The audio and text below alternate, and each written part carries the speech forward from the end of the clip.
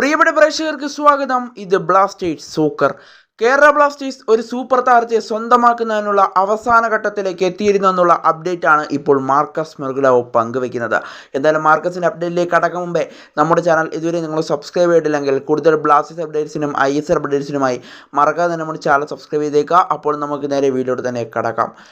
അപ്പോൾ മാർക്കസ് മെർഗുലാവോ ഇപ്പോൾ വ്യക്തമാക്കിയ പ്രകാരം ജർമ്മൻ സൂപ്പർ സ്ട്രൈക്കറായ ഒരു സൂപ്പർ താരത്തെ ബ്ലാസ്റ്റേഴ്സ് സ്വന്തമാക്കാനായുള്ള ശ്രമങ്ങൾ നടത്തി വരുന്നുണ്ടായിരുന്നു. എന്നാൽ അവസാന ഘട്ടത്തിലേക്ക് എത്തിയപ്പോൾ ആ ശ്രമം പാളിപ്പോകുന്ന ഒരു കാഴ്ച നമുക്ക് കാണാൻ സാധിച്ചു എന്നുള്ളതാണ് ഇപ്പോൾ മാർക്കസ് മെർഗുലാവോ റിപ്പോർട്ട് ചെയ്യുന്നത്.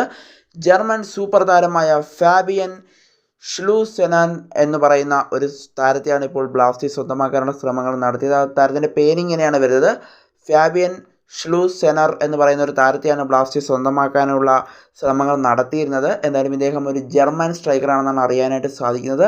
ജീസസ് ജിമിനസിന് കൊണ്ടുവരുന്നതിന് തൊട്ട് മുമ്പാണ് ഈ താരത്തെ ബ്ലാസ്റ്റേഴ്സ് കൊണ്ടുവരാനായുള്ള ശ്രമങ്ങൾ നടത്തിയത്. എന്തായാലും അദ്ദേഹം വരാത്തത് കൊണ്ടാണ് ജീസസ് ജിമിനസിനെ ബ്ലാസ്റ്റേഴ്സ് കൊണ്ടുവന്നതും. കൂടാതെ ബ്ലാസ്റ്റേഴ്സ് ഇദ്ദേഹത്തെ സമീപിക്കുന്നതിന് തൊട്ട് മുമ്പ് നോർത്ത് ഈസ്റ്റ് യുണൈറ്റഡും ഇദ്ദേഹത്തെ സ്വന്തമാക്കാനായുള്ള ശ്രമങ്ങൾ നടത്തിയിരുന്നു.